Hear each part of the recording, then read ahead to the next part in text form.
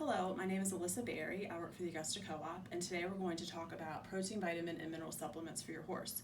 This can be a little bit of a confusing topic. Today we're going to keep it very simple. We're going to talk about your average horse, average weight, maybe in a light amount of work. If you have a metabolic disorder or a health issue with your horse, I would encourage you to call the vet. You don't want to make any drastic feed changes without consulting your veterinarian. So with that, we'll get started. The first thing you want to talk about or think about is, how do I know to supplement my horse and why? The first thing is forage, of course. Forage is the most important thing for your horse. At least 2% of the horse's body weight needs to be in forage. So we talk about your pasture. How much does it consume? Is it on a dry lot? Is it out all night? Does it live outside? Those are all huge variety of factors. The other thing is your hay. Do you feed grass type hay? Does your hay have some alfalfa? Is it all alfalfa? There's a picture here of a hay probe, and I would encourage you to test your hay. We can do that for you here at the Augusta Co-op. We send a sample to a lab and get the results back, and that can be really helpful so you understand and know, what forage that you're feeding. And then again, how much hay do you feed? Is your horse predisposed to being heavy and obese, so maybe you need to limit the hay, or does your horse eat as much alfalfa as it can possibly eat? So those are all things to consider when deciding whether you supplement your horse or not. Then of course we have grain. By grain I mean commercial diet that you buy, in the bag. The big thing with the grain is you need to check the recommended feeding rate. All companies put something like this on the back of the bag. I have found in the past that people don't read this and they don't know. Like for instance here, this company is saying you need to feed at least 7.5 pounds to a 1,200 pound horse in light work. If you're not feeding that much, then you're underfeeding. They could be deficient in vitamins, minerals, and proteins.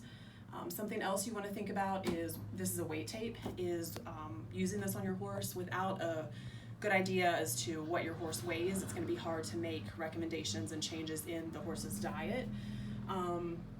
But again, the big thing here is to make sure that you read the back of the feed bag and that you're aware of what you're supposed to be, what that feed company wants you to feed. And if you're not able to feed that much, then you need to supplement, change feeds, different things like that we'll talk about in a minute.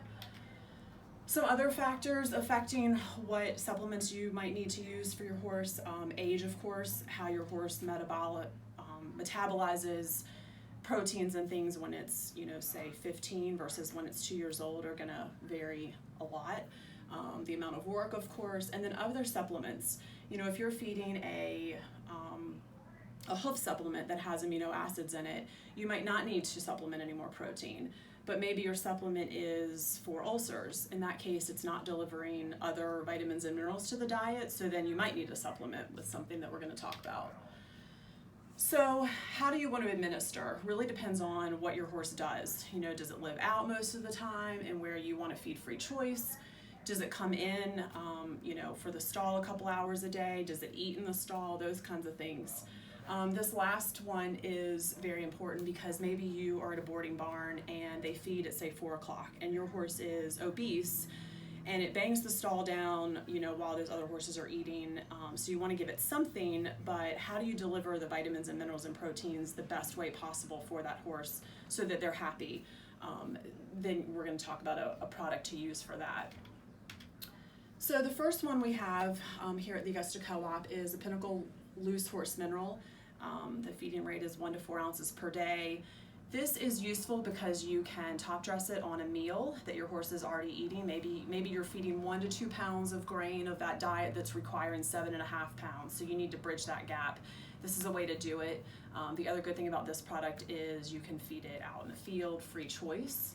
And it comes in a 25-pound bag, so it's easy to carry, easy to buy.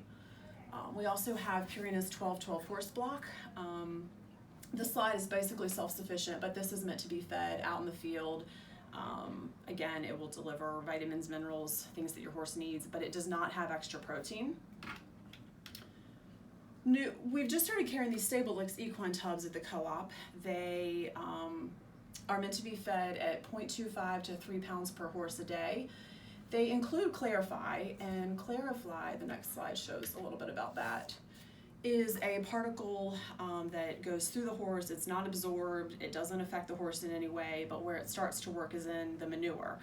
It breaks up that life cycle of the fly. It's most useful on adult house flies, stable flies, face flies, and horn flies. And the real key to using these tubs is to start really early.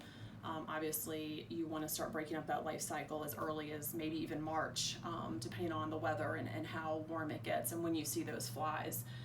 It's a lot easier to start early than it is to kind of try to play catch up after the fact. But it's helpful that these tubs that you can put out in the field that deliver the vitamins, minerals, and protein can also help with your fly control. So these are probably two of my most favorite products just because they're super useful and you can use them in a variety of different ways. We carry Purina and Neutrina. They're diet balancer pellets. These you can top dress on meals, you can feed, this would be for your horse that we talked about before that maybe needs to eat something, but it's fat or obese and a handful of grain isn't really going to do anything. This is where you want to feed these pellets and deliver all your protein, vitamins, and minerals without extra calories that you would find in a regular commercial feed. These are chock full of pre and probiotics, biotin, organic trace minerals. They have lots of goodies in them.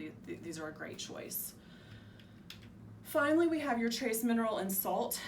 Salt is important in all horses' diets, whether you supplement or not. You always want to provide a salt block or a mineral block, works as well. But these aren't going to deliver the vitamins, minerals, and nutrition that your horse really needs, but it does provide salt that is necessary. So this is just a different way of putting these together of what we've talked about and ways to choices that you have to be able to use on your horse to bridge that gap again on what they may need, proteins, vitamins, and minerals.